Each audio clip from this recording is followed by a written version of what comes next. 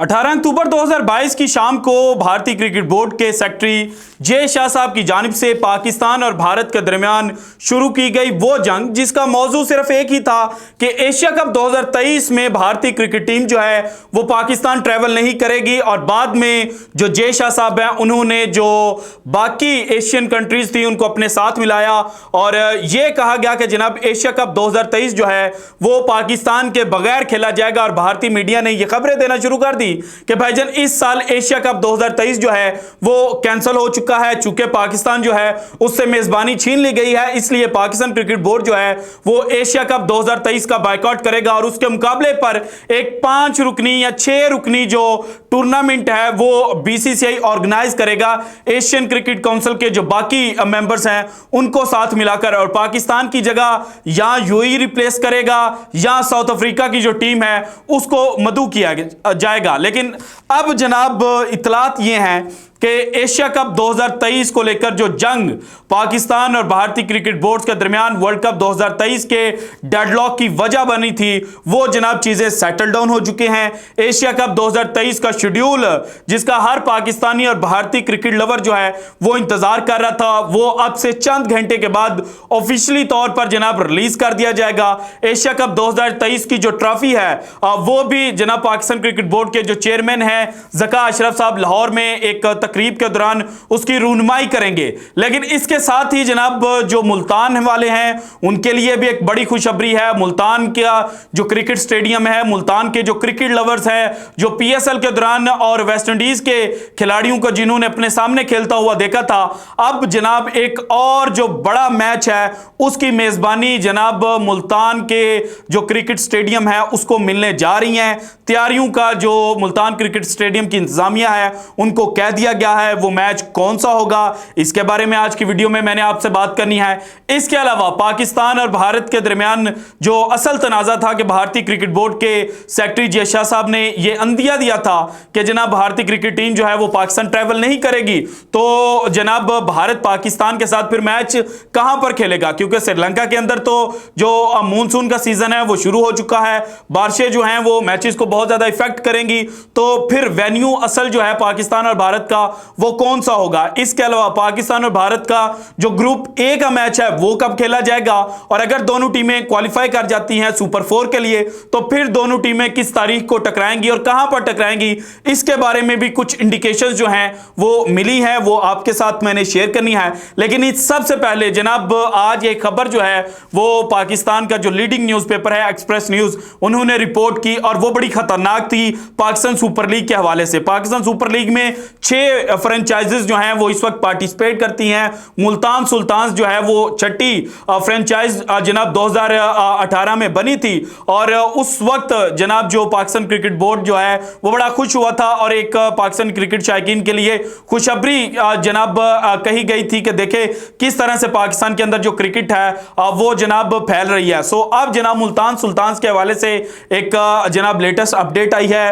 Express news ने यह खबर छापी है कि जिस तरह से पिछले चंद दिन पहले जो मुल्तान सुल्तान के ऑनर थे आलमगीर तरीन साहब, उनकी डेथ हुई है। सो अब मुल्तान सुल्तान की जो ऑनरशिप है वो एक बड़ा मसला बन गया। मुल्तान सुल्तान की जो ऑन पेपर इस वक्त भी जनाब ऑनरशिप है वो है जहांगीर तरीन के जो बेटे अली तरीन साहब हैं। अली तरीन से जनाब 2018 में वो ऑफिशियली जनाब मालिक बने थे, लेकिन 2 सीजन वो मालिक रहने के बाद 2021 में जनाब पीएसएल की जो फ्रेंचाइज है मुल्तान सुल्तान उससे अलग हो गए थे और उनके चचा जो हैं आलमगीर तरीन साहब उन्होंने जनाब ऑनरशिप जो है वो संभाल ली थी। उनके नीचे जो मुल्तान सुल्तान है उसने अच्छा परफॉर्म किया था, 2021 में चैंपियन बनी थी, 2022 में जनाब फाइनलिस्ट थी और 2023 में भी जनाब मुल्तान सुल्तान जो है वो फाइनलिस्ट बनी थी। लेकिन मुल्तान सुल्तान को जिस तरह से जनाब जो एक फ्रेंचाइज की एनुअल फीस पे करनी है उसमें दुश्वारी का सामना करना पड़ा और उसके अलावा जो उनको ब्रांडिंग के थ्रू जनाब उतना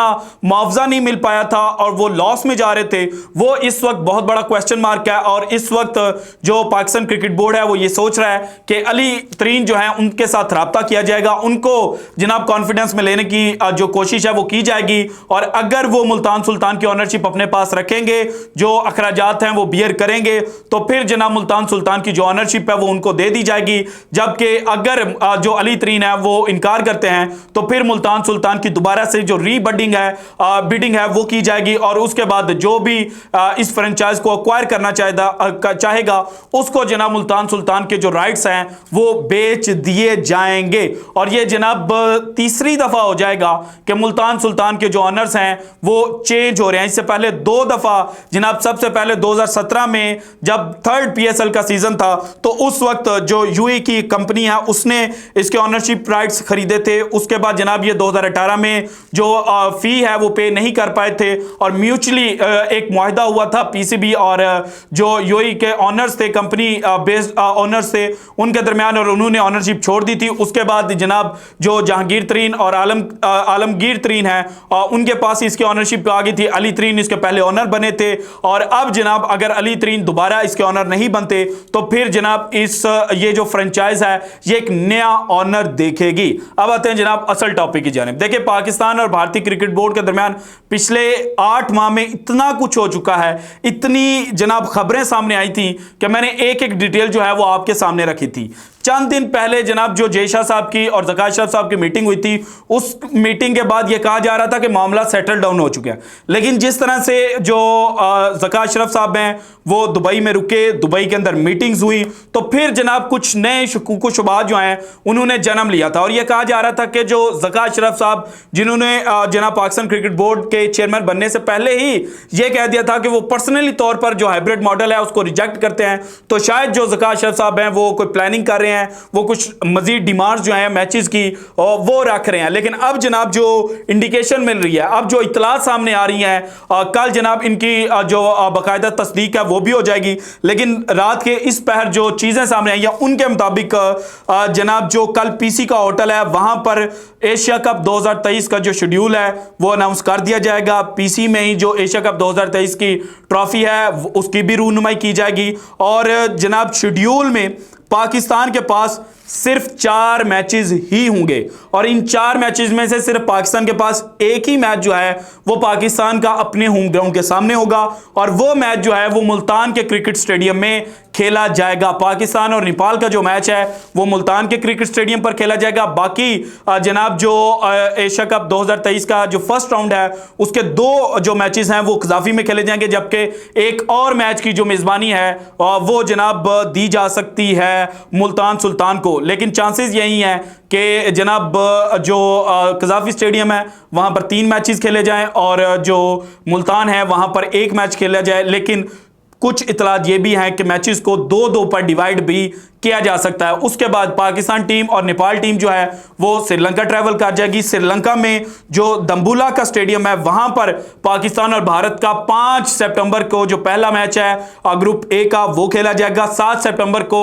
इंडिया और नेपाल का मैच खेला जाएगा। जबकि अगर पाकिस्तान और भारत की दोनों जो क्रिकेट टीम्स हैं वो सुपर 4 में क्वालिफाई कर लेती हैं तो फिर 10 मार्च को दम्बुला के मुकाम पर ही पाकिस्तान और भारत का जो सुपर 4 का मैच है वो खेला जाएगा। जबकि एक और खबर यह भी आ रही है कि श्रीलंका में चूंकि 9 मैचेस ऑर्गेनाइज होने हैं, सो श्रीलंका में भी एक की बजाय 2 स्टेडियम जो हैं वहां पर मैचेस खेले जाएं, और जो दूसरा स्टेडियम होगा वो कैंडी का स्टेडियम होगा।